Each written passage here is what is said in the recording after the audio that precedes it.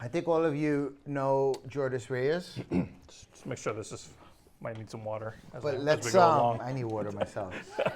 But let's get to know him a little bit better, and let's talk about our future as well together, okay? So, Jordas, I have more people in the room. thank you for joining me. Jordas is my other half. Here. The bigger half. Here. The manly. It's my partner. All right, so let's talk, Jordan. So for those who, I always feel like I learn something new. Sometimes I have to slow down and remind myself to ask some questions so that we can all learn a little bit more. So let's start from the beginning. What did you do before real estate?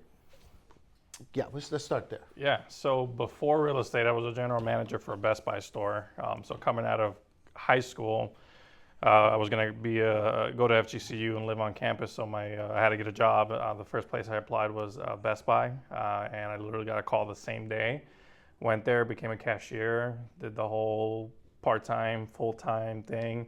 I ended up leaving Best Buy for a little while, went back to Best Buy about a year after that, and then slowly started growing through leadership at the store. So went from cashier to eventually general manager at Best Buy. Which store? So I hopped around. I was at Gulf Coast Town Center. I was at Pagefield. I've been at Naples store. When I retired, if you will, from that, I was at the Gulf Coast Town Center store before it closed down. I am not the reason it closed down. Just so we're very clear, the rent was super high, so that's what they closed it down. Best Buy from 2006 to 2016. 2016. What was that? 10? Is that it? 10? Yeah, 10 years. 10 years. 10 years, yeah. Yeah. And then, so how did the path lead you to real estate and to Keller Williams? So actually, real estate came up for me. My parents, back in 06, 05, like everybody, they were buying houses, and like our dog had a house and everything like that. They lost that. I spent a lot of time with my dad in the duplexes and the single family homes that they had. So I kind of had a love for it then, watching them. But then at 18, I just wanted to get out of the house. So I'm like, I'm going to FGCU. I'm going to move on campus. I'm going to get my own job, go work full time. Real estate was never something that I aspired for at the moment. But then I realized over the years, every time we'd get together as a family, there was one topic that always came up outside of like jokes and like family stuff. We always talked real estate. So I was like, huh. Then I had my daughter in 2013. I took a month off of work to be with her, and I started taking real estate school online with Larson, and right when it came time to like do the exam and all that, I kind of just put it on the back burner.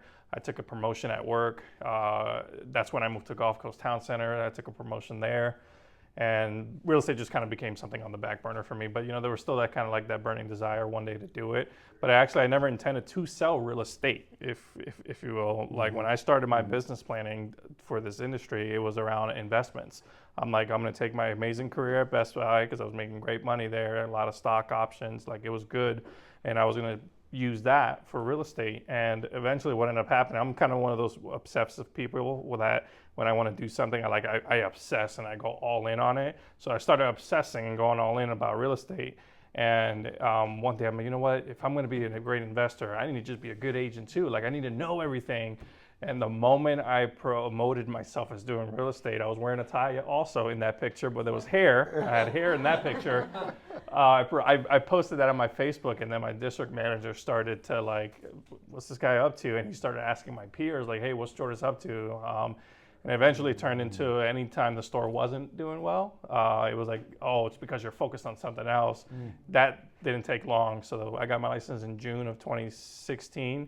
By December of 2016, I had an ultimatum. I came to work, and he's like, either you're going to focus on real estate or you're going to not be a general manager for me. So no lie, I went into the bathroom and I cried because I had to give him an answer right now. It wasn't like I could go talk to family. My wife at the time, my ex-wife, I couldn't just call her and, hey, I need your opinion. So I walked back in the office and I said, I'll quit. And that was like right before Christmas and all that. I left the store that day. I went to my peer, Tim, at Coconut, and I was like, hey, listen, I need you to give me a job part-time in the warehouse because I wanted to make sure I didn't lose my stock options. So I needed to go part-time at that store, and I did that for about 9 months while now going to Keller Williams. I didn't start at KW. I started at a 100% brokerage here in town, and for about 6 months of just kind of plugging into whatever I could there, and at the board, I wasn't doing any business. I racked up like $9,000 in credit card debt on my business card, doing silly things like buying branded shirts and pens and silly things. I ended up those that knew me back then. If you remember, I had a big lifted truck. I had the whole truck wrap. That did pay for itself though. You still have that? I had this whole lifted truck thing. So then December, when this conversation with my boss happened, that's when I made the decision. Okay, well, if I'm going to be all in real estate, I wanted to be at the company that trained a lot of the top people that I was following on YouTube, and of course the book, Millionaire Real Estate Agent. So I came over, we were at the old location, and that's how I became a KW agent. That was 8 years ago. I was going to ask you, and you kind of answered it, but I'll go back for a second. You were at another brokerage first. Yeah. It was 100% brokerage. Yeah. What made you decide on that brokerage at the time when you went The same thing that everybody else decides. I don't want to play split. I know business. I don't need help. I don't need support. Little that I know is I'm sitting there in the office on the days that I could go in.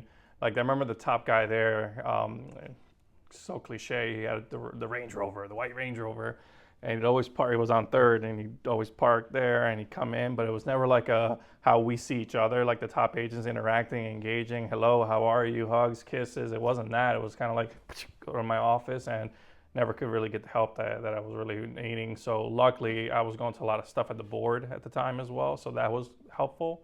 But my real training, I felt really happened when I came to KW. I took Ignite and then took Bold and just started doing what everybody was telling me to do.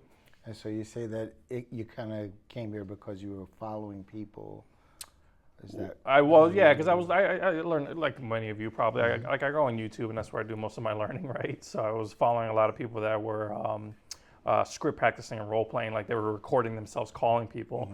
So it's interesting because when I started, that's what I thought being a realtor was, that you had to call expireds and for sale by owners. So that's what I trained myself to do. And I was doing it, watching YouTube videos, and a lot of those guys that I was following were at KW. So I was like, all right, well, I'm gonna give KW a shot. Cool. So looking back, what would you say right now so far has been your greatest accomplishment so far? It's a lot to go, right? Yeah, well, I mean, outside of family, right? It was a huge accomplishment with my growth in my family and all that. But I think from a business perspective, I built up my business pretty good from that first year doing 12 deals, which was around $2.6 million. It doesn't seem like a ton today, but for me, coming from my big high-paying job to then not knowing what I was going to make my first year to sell 12 homes, I was like, oh, that was huge. And for me, at that time, all I cared about was now being a statistic. And I don't know the numbers if it's changed or not. The statistic I'm talking about is like, what is it, like 80, 95% failed the first year? Like, I just didn't want to be that. So as long as I wasn't that, I was good. So I just went all in. So I wasn't that number. And then my business just kept almost doubling every single year for those first 5 years that I was just selling. I would say outside of that, the other big one was I became an instructor. So if you think about the class that we have next week with Cynthia, FES, I actually became an instructor for that. You don't just say, hey, I want to teach and they let you go teach. Like you have to go through a certification process. So I went through that certification process, ended up getting approved to teach. So I passed level 1, and then level 2, when I went there, I remember being in this room of like top, Ken Pozic wasn't there, but there was like a lot of, actually Jose Fernandez. One thing, he was there. He was one of the ones. Jared Rutherford, he was another one that was there. So like I was with some big players, and I'm this guy here. Like I've only sold 12 homes, and my average price point is 150. But that was a huge accomplishment. And if I could just say why it was for me, it was because when I first started, I always felt that the best way to learn something was to go teach it. So I walked into Larson. This is no judgment on Larson, but I went into Larson workshop as an instructor, to be an instructor for Larson, because I was like, if I want to be the best at this topic, I go be an instructor for Larson. This is before I became an FES instructor, and then Larson shut me down. And you guys ever been shut down to the point where or told no, but then it just completely shuts you down, like you can't do it, you feel paralyzed. For a whole week, I was a little moping around the office, like, oh, I'm a failure. I couldn't even get approved for this, and then FES happened. So that for me was a pretty big accomplishment. It was part of your obsessiveness. Yeah. Yeah. So I honestly don't know this question, but let me ask this question. Do you think there's a lot of MCAs out there who are FES certified? No. Typically, I mean, I don't know if you would agree, Kevin, but the profile of an MCA typically is not one of that. And yet, I am still seeing, like, actually, they say that some of the some of the best OPs were MCAs. So, like, maybe they don't take that path, but eventually they do find their way in some way because you're always in the numbers and you understand how this business really operates. Mm-hmm. Yeah. Cool. So you mentioned your 13-year-old daughter, because I did the math, 2013. She's 13 now, Gianna, right? Turning 12. Did you do the math right? She's turning 12? I thought you said 2013. My daughter? Was born. No, 2013. So she's Yeah, 20? she's a December birthday. She's a December birthday. Gotcha. Yeah. I feel like, well, let me tell you, I feel like she's already. Almost forgot. She's already like part of real estate because she's probably on a good portion of our meetings when we. Yeah. Yeah. But tell us a little bit more about your family. Yeah, so it's my daughter, Gianna. She'll be 12. Now you got me confused. Is she turning 12? She's turning 12. She's turning 12 next month. Or sorry, December. From a previous relationship, and then I now have I'm remarried, and I have a 2-year-old Josiah, and then I have a 1-year-old Jeremiah. One of my big things when I had kids is I wanted them to have my initials. So Gianna is actually not spelled with a G, it's spelled with a J. So that she can be JR, and then Jeremiah and Josiah. So they're both J's, all 3 J's. And where do they get their beautiful head of hair from? Exactly. Well, the head shop before this, listen, I kid you not, I have to sometimes take the picture out because, like, back in college, my daughter makes fun of me because I would tell her, 9 o'clock, Dad's popping his collar because that's what you did at that time, and putting the little gels and curling my hairs up. So if anybody's seen pictures of my son, Josiah, he's got curly hair, and that's how my hair used to be. Then life happened. Then life happened. I just started losing it. The funny thing is, it was during COVID when the barbershops closed down. That's when I'm like, I've always wanted to try a bald head, so let me try it. I did it, and then I realized I can't grow hair in there anymore. So I had to leave it that way. Oh my gosh. What do you love most about being a real estate agent? Oh, man, it's stressful, actually, being a real estate. No, for me, what I love the most, and I don't know if in the moment I was really realizing it, that was my favorite part, because you just kind of got to wake up and do the stuff every single day. But being able to kind of look back on the last 8 years, I love the listing side. I love the consultation with the seller. Sometimes situations are rough, why people are selling. Sometimes they're good, they're upsizing, they're downsizing, retiring, whatever the case may be. And I don't know, for me, sometimes, I don't know if I sound cliche and all that, but just to helping somebody through that tough time, because I think, and we've all been through it, if you ever sold your own place, we become, like, we don't follow our own advice when we sell or buy our own property. And I've done that a couple times now, and I'm like, I need somebody to probably represent me. So I just like being that for somebody, whether it's a good move or a bad move, just kind of being there and truly giving them honest information. I think there's a lot of, unfortunately, dishonest people out there. There's a lot of commission breath out there. I feel culturally, being with this company, I've never really sensed that. I think because we always talk about our belief system, I think it shows up in a lot of ways, and it shows up in our agents not having commission breath, which I think is huge. Sometimes you can't say that about others out there. So helping sellers in complex situations is what I love to do. Love that. Yeah. Good way to put it. So you've been in leadership now, how long now? 4 years. 4 years. And you played some different parts. Going in the 5th year, yeah. I mean, come next month, it will be the start of the 5th year in real estate, in the leadership side of things. How did you start? So I started actually, when I started at KW, my goal was to leave my job and just go make money. And then eventually, I think it was in year 2, right around that time that I started becoming an instructor, is when I realized that there's other opportunities outside of just selling real estate. Because keep in mind, I didn't wake up one day and say, hey, I want to be a realtor. Like, that wasn't my original goal. I did it kind of like a means to an end, if you will, because now I knew I was losing my job, so I needed to go sell some homes.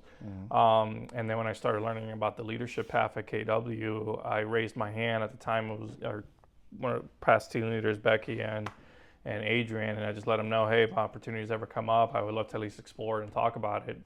One had came up, I wasn't the right fit for it. It was a team leader role. And then eventually, I think it was the year before COVID, 19, 20? Or maybe it was 2020. No, it was actually 2020, I think. Or 21 is when, you guys do the math for me because I can't do the math. It was either 21 or 20. An opportunity came up again. I was taken to coffee down in the plaza that we were at before, and I explored it. And I felt like it was a good fit for, what I wanted. I, obviously being at Best Buy, I'm used to like the corporate ladder, if you will, leadership growth and all that. So I saw that side of it available here, and I was like, well, I don't want to sell homes forever either. So I just saw this as an opportunity to grow in my leadership. And I think leaving Best Buy, I had time now to really reflect on what I learned, the good and the bad of that experience. And I think there was a lot that I did enjoy about being a leader at Best Buy that I still kind of wanted some of that again. So I put my hands up. Ready for a trick question? If I can give you a trick answer. What do you like least about it?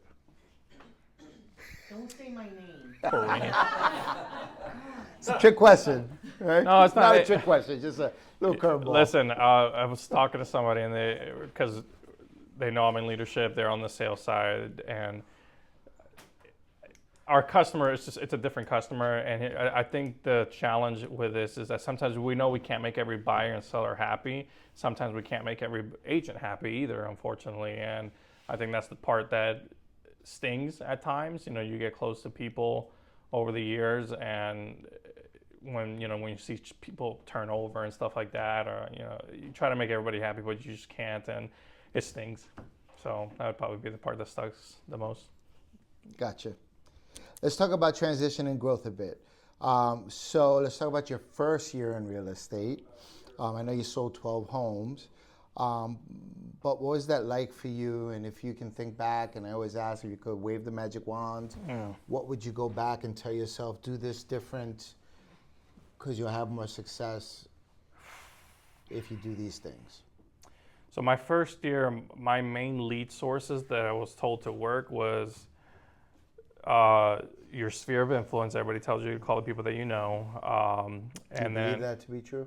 I do, and I'll explain why here in a second. My open houses was the second one, and the third one is really two, but it's just one. I was calling for sale by owners and expireds, and I think I don't regret what I did in the first year, calling all those for sale by owners and expireds, because I can think of one right now that I took the listing, and at that listing I met a buyer who ended up turning into a listing, a buyer, and then a referral to her son. So 3 deals came from that house. I never even sold that house. The lady ended up firing me because she didn't like the feedback I was giving her about the price. It was a heavy buyer's market as well back then, and she didn't like the price. When I was asking for price reductions and all that. So I think going back, I'm not saying that, I guess putting more emphasis on my sphere than I did on for sale by owners and expireds, because you hit so many walls with that as well. Unless, at least I did. Eventually I ended up doing a lot more door knocking too for sale by owners and expireds, and that was a little bit easier for me than hitting the phones. But I wish I would have done a lot more sphere, because of those 12 deals, it's either 7 or 8 of them came from my sphere. So, and it came from my past Best Buy employees. Like 6 or 7 of those were Best Buy employees that used to work for me that were buying homes that year, that I was able to convert. Had I just left that job and not taking the advice of putting people from my phone to a database and calling them, that never would have happened. Mm-hmm. Actually, my first buyer ever was an employee who, I forgot what state he moved from, but he moved to Florida, and he was applying at Best Buy for a job, and I gave him a job. He's like, well, you gave me my first job in Florida, I'll give you your first sale in Florida. And funny enough, he's actually a real estate agent with KW in Fort Myers. So he's in real estate now. Yeah. So I do get he's in my downline, so I do get checks when he closes deals down there, which is pretty cool. Right, and you're still in production, but your business comes from where now? Every opportunity that has come my way since I got into leadership, because once I got into leadership, I kind of turned off, if you will, and that's advice I don't give to you. I kind of turned off the lead generation pillar of like me calling and texting people. I still have command texting people for their birthdays and like monthly, like one-time emails that go out. So that still happens, but literally everything has been from when I was teaching for FES. I still get referrals from that, and then just from people that are in my sphere that have, like, there's a gentleman I'm gonna meet with here soon that he came from a past client of mine. So like the people that I had genuine connections with still refer people my way. Yeah. Very cool. So I'm gonna change a little bit and say that I think earlier you said that the hardest part is kind of like not being able to help every agent, and sometimes people turn over. And while it's not the same thing, part of this is I want to share, and I'm really gonna skip a lot right now. I want to get to something, and that's that. Like some of you heard before that we were looking for a market center administrator because Jordas was gonna go more into production and do other things. And so since that time, which was some time ago that you probably heard that, I have been dealing with that, right? Like, because I did not want to see that happen. And we fought long and hard, and that is not happening. And so this is really why I wanted Jordas to sit up here with me today, because Jordas will be here full time, all the time. Oh, not all the time, but until I say, wait a minute. Mine is my kid's appointment. Maybe you should go back to the, no. I don't know if you're ready for that. But we're happy, and here's what's happening, right? We're making a shift. We're doing a few things differently, and we're looking at things moving forward. And part of that is that our productivity coaching. We came up with a plan, and we're working on something that I wanted to share with you guys today, and I wanted us all to celebrate that we are going to be stronger, as I always say, better together. And Jordas is staying as our MCA, and he's also going to lead productivity coaching. Yep. Right? If I can add to that, those that don't know, so in the 4 years of leadership, I have worn a lot of hats, from director of operations, team leader, MCA, productivity coach. So I've kind of, the last 4 years have been anyways coaching agents. And part of this transition is to have more dedicated time to being in Naples, because if you know, I cover the financials for Naples and Marco Island, and that sometimes can take time away. So I don't know if I'm jumping ahead, but I'm going to slowly be working on training somebody down there to take over Marco fully, so that as I come back to the office, it's not like I'm in the office, but then I'm actually in Marco because I'm remoted in.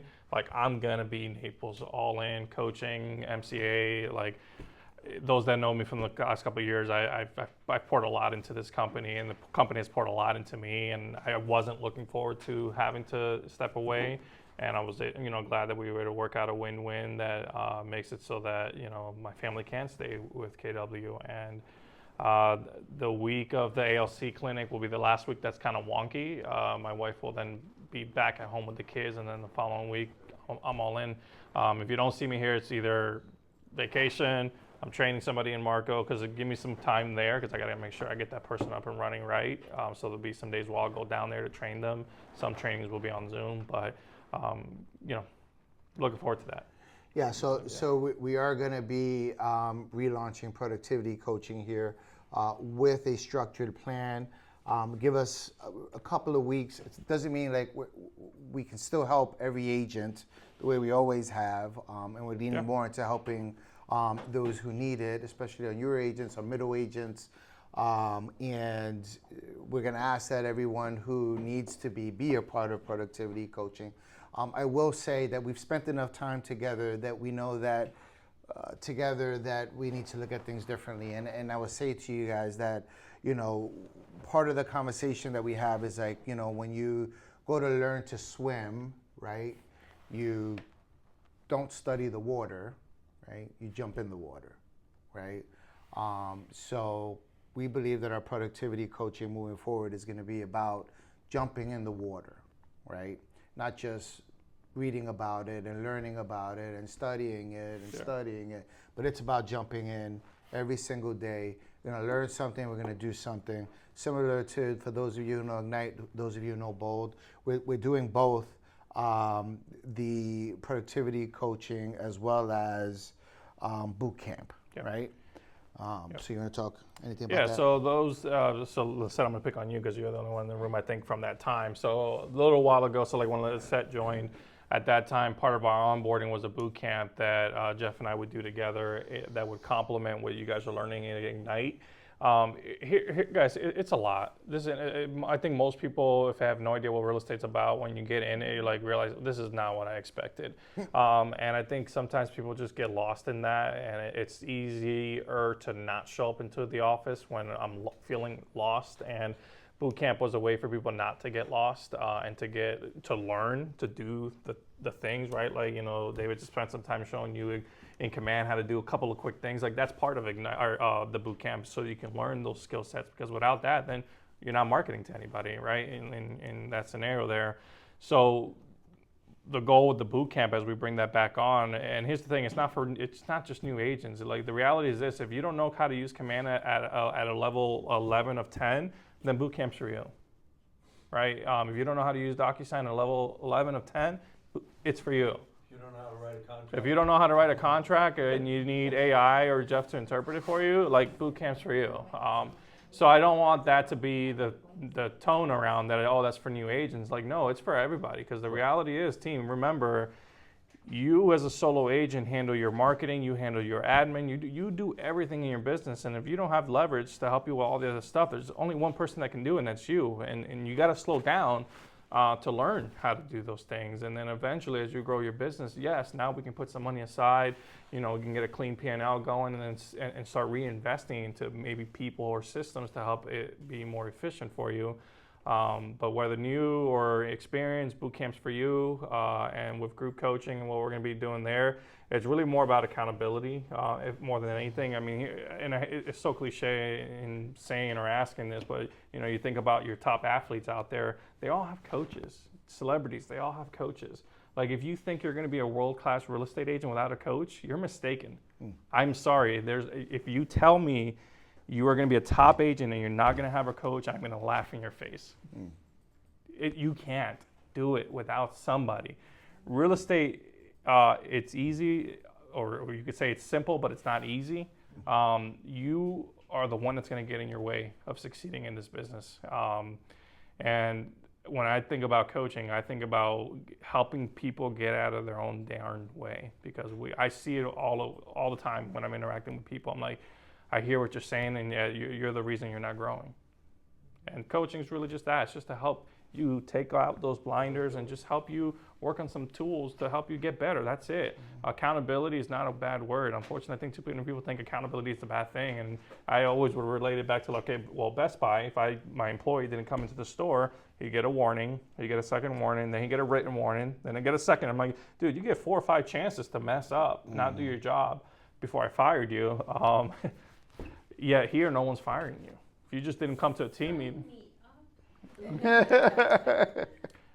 My goal is to make each and one of you better. And I will say this, one thing that I have learned over the years, I think it's going to help me be a coach this time around, is that I only learned one way of doing it. Call for sale by owners and expired in my database. And now in this new world of technology, AI, and playbooks that we get from all the top players out there, there's so many ways to win in real estate, so many fun ways to do it, which we can do that. But I'm always going to ask you a question. I would argue, I would reflect on this question right now if I were you. How long can you go without a paycheck?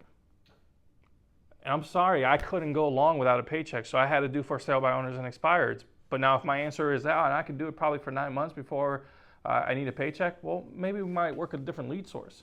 So it may not be fun at the beginning, but eventually you build so much momentum doing the things you love to do that you just wake up and referrals come your way. I just got one today from a lady that was in my class like 4 years ago. That comes with time and just showing up, putting in the work.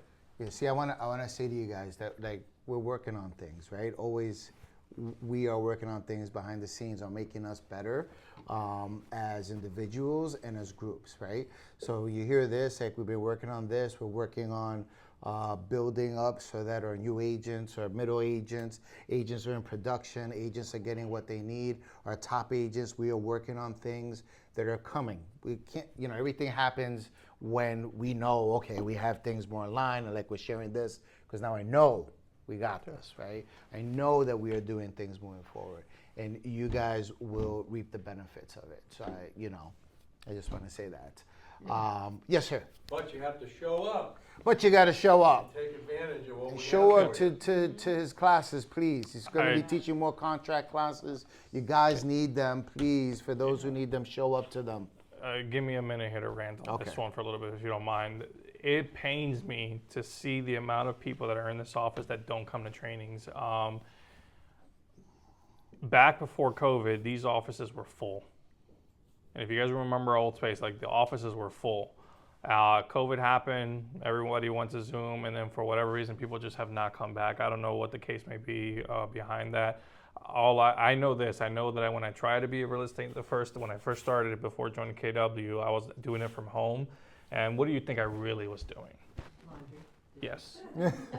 I was doing a bunch of silly things I shouldn't be doing. And I remember when I first came into the office, I waited for my first couple of deals to happen. Once they got pending, I didn't even close them. Once I got them pending, I'm like, I need an office. Get me in an office. Because I just simply wanted to be in the building every single day, learning from the top players. And by them seeing me every single day, I all of a sudden, hey, Jordas, I need help with something. And I'm thinking who my Doreens were at the time, Ryan Peacock, Michelle Combs. Oh, thank you very much. Very continental. Yeah. That's an inside joke we have. Who my people were like that, they would support me without even me having to ask. And it was mainly because they saw me showing up every single day. There's nothing, listen, realtors, top agents do not want to mentor you, help. I don't even use the word mentor because I'll give you an example. David, I just sat down with you to help you with contract and DocuSign and all that. That's not really mentoring. This is me helping you, right?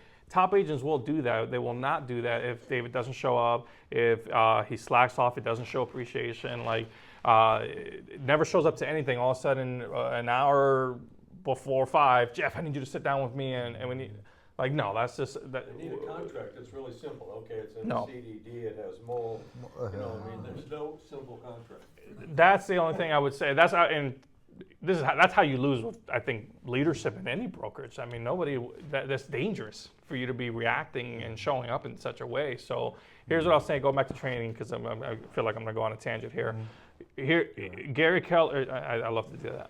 Here's the way to look at it. You take a class the first time, you're in kindergarten, second time, first grade, second grade, third grade, so forth. You get the picture. You are a different person every time you take a class, even if it's the same class. Stop saying I've already taken that class. Stop it. Yeah. If you took it already and you implemented it 100%, your business would be elsewhere. You'd be making a ton of money. If you're not making a ton of money right now, you need to be educating yourself, period. If you are at a certain ceiling in your income and you want more income, that means you need to expand what you're training around. Okay? So, rant over. Yeah, in some ways we're preaching to the choir, right? Because I look out at this group of people as the people who are here at most of our meetings. So I ask that, that you guys go out and share this with others, because we pull each other up.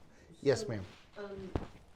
It's great that you're doing these interviews, and I think that, when Jordas was in production, when I started, you had an admin, and he did a lot of that stuff, right, to get you into command. You guys worked together, and you were doing a lot. Yeah. You were doing good numbers.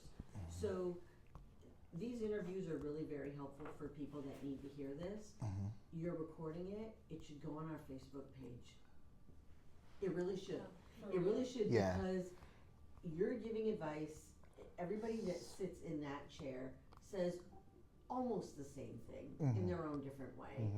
And new agents that are not in this room, all of these people here are here a lot, almost every day. But the people that are not here. Exactly. That's what, preaching to the choir. Right. And it's a challenge because I don't, these longer videos, they're harder to get up. But yes, we have videos that need to get up. Just to have a link. Yeah. That's the easiest way. Well, That's the easiest way to probably get that out there. we'll get them up. We'll get them up. I'll get them up. They're all on my phone. Yeah, it's a great idea. Yeah. Hey, who's that? Christian? Oh, Freddie. Yes, sir.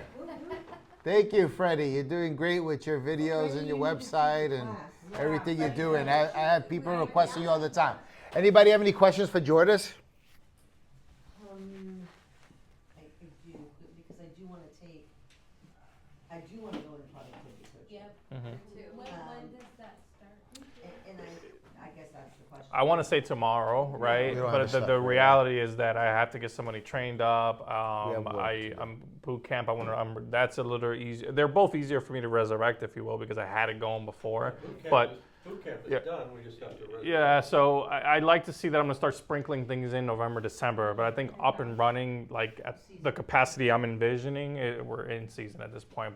Yeah, it doesn't mean wait. You need my help. Just like you reach out to me. Everybody, please reach out to us. I mean, that's what I'm here for. And I think a big part of today was because I think somebody made a comment before, like they didn't even know I was in production. So like they thought I was just a guy that does numbers behind the screen. Like, no, I did production, and from 12 deals all the way up to 36 deals in a year, and all in between, and paying a staff member almost 50 grand a year. Like that's a lot of stress paying somebody 50 grand when I can use that money. But yet that's it's leverage. I was able to grow the business doing it that way, and I like to show people how I did that. You didn't ask me this question, but it was in your questions, and I know we're over. But I just want to say it. What do I love about coaching? So it's not so much about what I love, but here's what I'll tell you. If I'm having a bad day, I remember this when I was in coaching, when I first started this, when I was having a bad day, you know how it is, you're off, you got one on the contract, but then one pending didn't get the clear to close, and then this customer ended up buying a house with somebody else, and that whole roller coaster ride. One of the things that I would do that gave me the most energy was literally step out of my office, walk around and talk to the agents, and that gave me so much energy. And I don't have favoritism, like I don't believe in that or like have favorites, but my favorites are the ones that are in the building every single day, putting in the work, and I'm gonna. Well, to pour that into point, you. remember that he's our MCA in productivity coaching. So there's a level of efficiency that's required to be able to make this be successful. Thank you. And so it requires people to show up to the coaching in groups. If people aren't showing up and then they want this one-on-one all the time, it's going to pull away and make it less efficient and not help us be successful at this. One question that I have. Yeah. Yes. It's gonna be like team coaching, or it's gonna be one-on-one? It's gonna be group coaching. I am gonna do one-on-ones. My Thursdays and Fridays are gonna be pretty heavy on one-on-ones, but I'm gonna tell you in a very nice way, if you're not showing up to coaching and I see you in the building, one-on-ones are gonna be a little bit tougher. Like I may move something around. I'm not trying to be like rude or whatever about it, but again, I'm gonna move mountains for those that are showing up. But to his point, I gotta follow schedule too. Like I have lead gen time, he has lead gen time. I have MCA duties, the first and second of every new month, I'm like closed doors because I gotta close out the book. So like I'm not gonna be coaching anybody on those days. So the best thing to do is you call me, you text me, or you email. Probably text and email is honestly the best way. I'll get back to you much quicker to set up a time to meet, because when I meet with you, it's undivided attention. What a great point he just brought up. So lead gen time for us, right? He brought up a great point, and that's this, like because we spend so much time as we want to helping you, that our lead gen time is best when people are referred to us. And so as we look to grow the productivity coaching, as we look to grow our office, as we look to continue giving support, we love referrals. So if you are working with people and real estate agents that can benefit from us as a group, please remember to refer. And that is by introducing them to us. I have a list of everybody's names, production, right? I just gave you a list. I can pull everybody. It's not the same as you introducing me directly to somebody. It's different. So refer, because we're looking to grow. We're looking to bring more agents into our group and to grow as a group, as it makes it even better for us as a group. So. I just want to say thank you. Thank You guys you. are absolutely amazing. Really, the amount of time that you put in and make it so much. You've made it so much easier. Hannah, Doreen, everybody has been just great. So thank you. Well, thank you. pleasure. And you show up every day, Our which is pleasure. awesome. Yes, ma'am. sir. And I have to Thank say you. that Jordas is a great coach. I mean, when I came in, he was my coach. And he was a great support, and he pushed me a lot though. And he sent me to the deep water, honestly, but I think it has been grateful. I mean, it has been very helpful for me. all these 3 years, almost 3 years, yeah, 3 years. Well, it's we think you're a great agent, and you're a perfect example Yep. of why we believe this is going to work, because we look at agents like you as an example of it. I think about that group that came on with you, Katie, Ryan is a big one that came around that time. You guys are all rocking, and you guys are also all showing up and putting in the work. And the boot camp. Yeah. So It's Yeah. funny how that We works. look to make that bigger and better. Yeah. I mean, truly, seriously. It's funny how you have a group that comes in, you've got 5 or 6. Yeah, it's two proof of is them in the are pudding.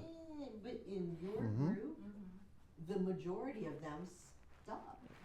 And I you're doing mean, well. They're doing the Yes. work, What yeah. else Proof could is in the you pudding. do, right? Proof is in the pudding. And full disclaimer, I know we got to wrap things up. Yes. I'm very much like sarcastic, can semi be in your face, like in a light way. I am gonna push you. I don't like excuses. I mean, I grew up playing baseball at a pretty competitive level, and like my coach is not gonna take that crap from me. I'm not gonna take it from you. So if you want somebody Yeah. who's not sarcastic, and If not you want like somebody that, to can baby always you come and to make you me. feel nice about your life, it's not gonna be me. Maybe. Yeah, he's Maybe as not. good as Hannah. Go to Hannah for that. That's what Hannah's here Go for. to Hannah. If you want a hug, go there for a hug. He'll hand you a box of Kleenex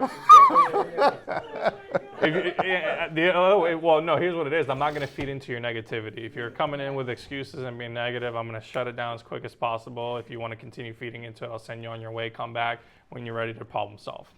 So that's it. Awesome. All right. Anybody have anything they want to share? Questions? Yes, sir. We had 11 closings last week. We had a good week Good. last Good week. week didn't last we? week. Yeah. Fantastic. Yeah. And Marco, 20 closings. Oh, we got a check for you. We have a check for you. I have two. I have double. I like a double. A refund check. I have a full envelope. You like for those? Do I have one for you too? Did I give it to you already? I think I have one for you as well. She's been in there. waiting all day. I've been here since 6:30 Wow. and I have nothing. And you haven't said, hey, where's my money? Right? Here's the, You got to make an appointment. All right. Well, Thank you, sir. thank you, sir. All right. Thank you, See you guys. guys. Anything you need, please come to us. Don't hesitate. There's no such thing as a stupid question.